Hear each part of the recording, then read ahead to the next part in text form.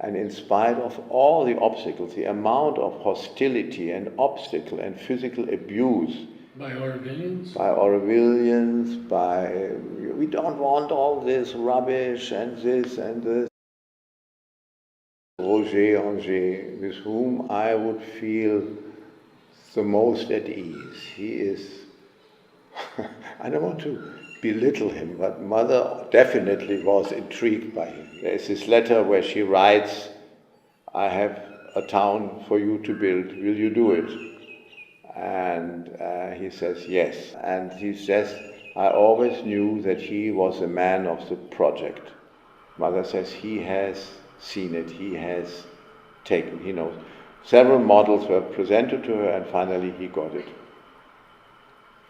And in the end, I must also say the unbelievable pointedness. Mother has given me something to fulfill.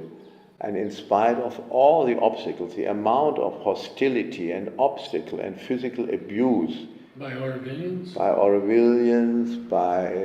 we don't want all this rubbish and this, and you just quietly.